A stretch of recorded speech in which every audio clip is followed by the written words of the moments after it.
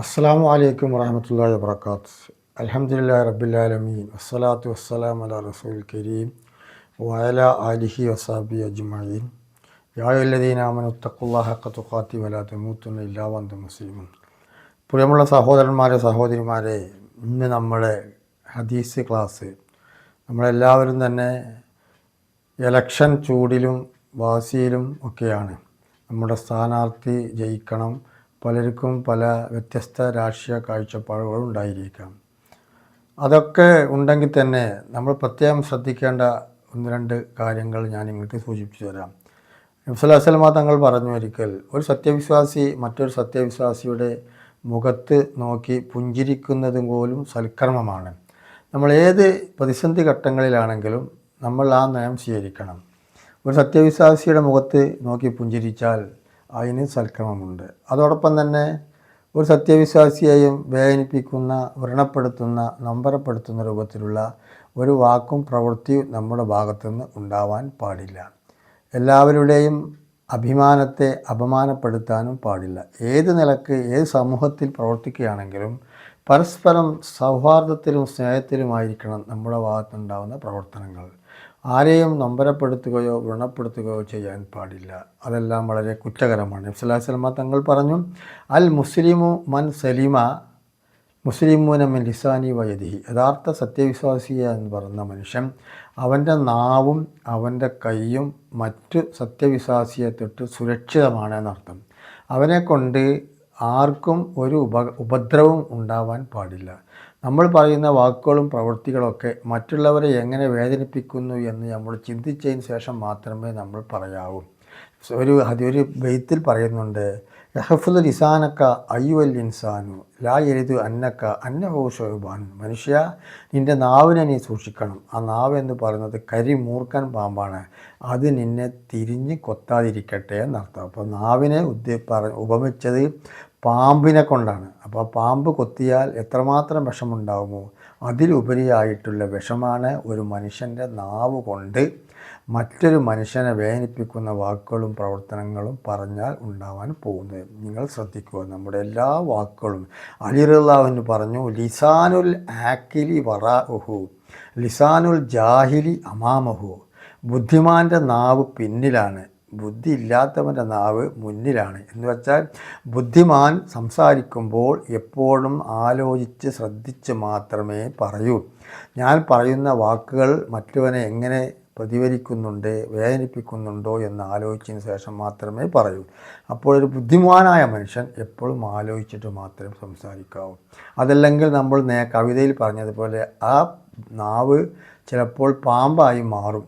പാമ്പ് കടിച്ചാലുള്ള വിഷത്തേക്കാൾ ഉഗ്രമായ വിഷം മനുഷ്യൻ്റെ നാവ് കൊണ്ട് ഉണ്ടാവും.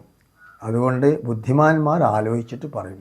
ബുദ്ധി ഇല്ലാത്തവരാവട്ടെ, അവരാദ്യം എടുത്ത് വിഡ്ഢിത്തരങ്ങൾ പറഞ്ഞതിന് ശേഷം മാത്രമേ ആലോചിക്കുകയുള്ളൂ. പല വിഡ്ഢിത്തരത്തിലും പോയിപ്പെടും. അതുകൊണ്ട് പ്രത്യേകമായി ഒരു സത്യവിശ്വാസിയായ മനുഷ്യൻ്റെ നാവിനെ അവൻ സൂക്ഷിക്കണം. മറ്റൊരുത്തൻ്റെ പരദൂഷണങ്ങളും ഗീബത്തുകളും പറയാൻ പാടില്ല. അത് കർശനമായ അള്ളാഹുവിൻ്റെ വിധിയാണ്. സല്ലല്ലാഹു അലൈഹി വസല്ലം തങ്ങൾ പറഞ്ഞു, ലമ്മ അറജബി മറർത്തുബി ഖൗമിൻ ലഹു അൽഫാറും മിൻ നുഹാസ്. എൻ്റെ ആകാശാരോഹണ യാത്രയിൽ ഒരു ജനതയുടെ അടുത്തിൽ കൂടി ഞാൻ നടക്കുകയുണ്ടായി. ലഹും അവർക്കുണ്ട് അൽഫാറും മിൻ നുഹാസ്, അവരുടെ നഖങ്ങൾ ചെമ്പ് കൊണ്ടുള്ള നഖമുള്ള ഒരു വിഭാഗം ജനങ്ങളുടെ അടുത്തേക്ക് കൂടി ഞാൻ നടക്കുകയുണ്ടായി. യഹ്മിസൂന ഉജൂഹും വസുദൂറും. അവർ ആ ചെമ്പുണ്ട നഖങ്ങൾ കൊണ്ട് അവരുടെ മുഖവും നെഞ്ചും മാന്തി പൊളിക്കുന്ന രംഗം ഞാൻ കണ്ടു. ഫഖുൽതു, ഞാൻ ചോദിച്ചു, മൻ ഹാഉലായ ജിബ്രീൽ. ജിബ്രീലെ, ഈ വിഭാഗം ജനങ്ങൾ ആരാണ്? അവരുടെ നഖം, ചെമ്പ് കൊണ്ടുള്ള നഖം കൊണ്ട് അവരുടെ മാറും മുഖവും ഒക്കെ മാന്തി പൊളിക്കുന്നുണ്ടല്ലോ, അവരാരാണ് അയച്ചു? ഖാല, ജിബ്രീൽ പറഞ്ഞു, ഹാ ഉലായി അല്ലദീന യഅ്കുലൂന ലുഹൂമന്നാസി. ജനങ്ങളുടെ പച്ചമാംസം കഴിക്കുന്നവരാണ്. വയഖഊന ഫീ അഗ്റാരിഹിം, അവരുടെ അഭിമാനത്തെ അപമാനപ്പെടുത്തുന്നവരുമാണ്. പച്ചമാംസം കഴിക്കുക എന്ന് പറഞ്ഞാൽ പരദൂഷണം പറയുക. ആ യൗക്കുല ലഹമ അഹീഹി, പച്ചമാംസം നിങ്ങൾ തിന്ന, ആ യുഹിബുൻ യൗക്കുല ലഹമ അഹീഹി ഫ കരിഹത്തുമു, ഒരു നിങ്ങളുടെ സഹോദരൻ്റെ പച്ചമാംസം കഴിക്കാൻ നിങ്ങൾ ഇഷ്ടപ്പെടുന്നുണ്ടോ? ഇല്ല, ഇഷ്ടപ്പെടുന്നില്ല. അപ്പോൾ ഒരു പച്ചമാംസം കഴിക്കുന്ന പ്രതീകമാണ് മറ്റൊരു സഹോദരൻ്റെ സംബന്ധിച്ച് പരദൂഷണം പറയലും ഒക്കെ. സ്വല്ലല്ലാഹു അലൈഹി വസല്ലം തങ്ങൾ പറഞ്ഞു, പരദൂഷണം എന്ന് പറഞ്ഞാൽ എന്താണെന്നറിയോ?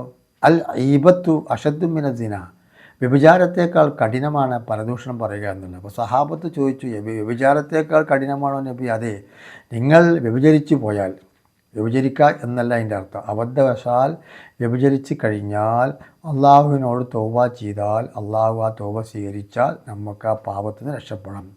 ഒരുത്തൻ്റെ പരദൂഷണം നമ്മൾ പറഞ്ഞു കഴിഞ്ഞാൽ ആ പാപം അള്ളാഹു തആല പുറത്ത് തരണമെങ്കിൽ പരദൂഷണം പറയപ്പെട്ടവൻ ആരോടാണോ പറഞ്ഞത് അവനോട് ചെന്ന് നേരിട്ട് പറയണം, സഹോദരാ, ഞാൻ എന്നെക്കുറിച്ച് ഇങ്ങനെയൊക്കെ പരദൂഷണം പറഞ്ഞിട്ടുണ്ട്, എന്നിട്ട് ആ സഹോദരൻ നമുക്ക് പുറത്ത് തന്നാൽ മാത്രമേ അള്ളാഹു പുറത്ത് തരികയുള്ളൂ.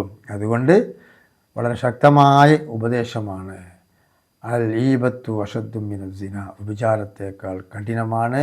അൽ മുസ്ലിം മൻ സലിം അൽ മുസ്ലിമൂന മിൻ ലിസാനിഹി വയദിഹി, ഒരു മുസ്ലിമ എന്ന് പറഞ്ഞാൽ അവൻ്റെ കൈ കൊണ്ടും അവൻ്റെ നാവ് കൊണ്ടും മറ്റു മുസ്ലിങ്ങൾ സുരക്ഷിതരാണ്. നാവ് കൊണ്ടും കൈ കൊണ്ടും ഒരു മുസ്ലിമിനും വേദനിപ്പിക്കുന്ന വാക്കുകളും പ്രവൃത്തികളും ഉണ്ടാവാൻ പാടില്ല. പ്രത്യേകമായി ഈ ഇലക്ഷൻ സമയത്ത് നമ്മൾ വ്യത്യസ്തമായ രാഷ്ട്രീയ പാർട്ടികൾ പ്രവർത്തിക്കുന്നവരാണെങ്കിൽ പോലും നമ്മുടെ വാക്കുകളും പ്രവർത്തനങ്ങളും മറ്റൊരു സുഹൃത്തിനെ വേദനിപ്പിക്കുന്ന രൂപത്തിൽ ആവാൻ പാടില്ല. അതാണ് സത്യവിശ്വാസിയുടെ ലക്ഷണം. അള്ളാഹു നമ്മെ എല്ലാവരെയും അനുഗ്രഹിക്കുമാറാവട്ടെ. ആമീൻ.